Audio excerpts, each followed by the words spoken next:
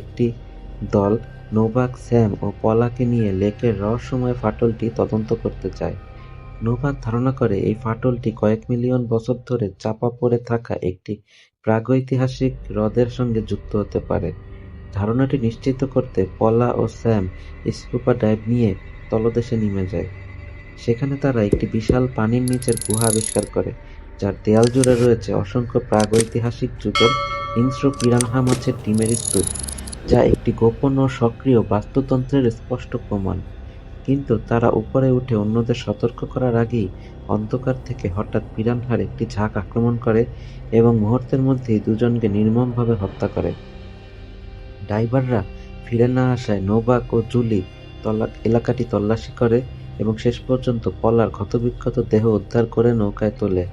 সেই বিশৃঙ্খলার মধ্যেই তারা একটি জীবিত পিরানহা ধরতে সক্ষম হয়। ঘটনার ব্যাখ্যা জানতে তারা মাছটি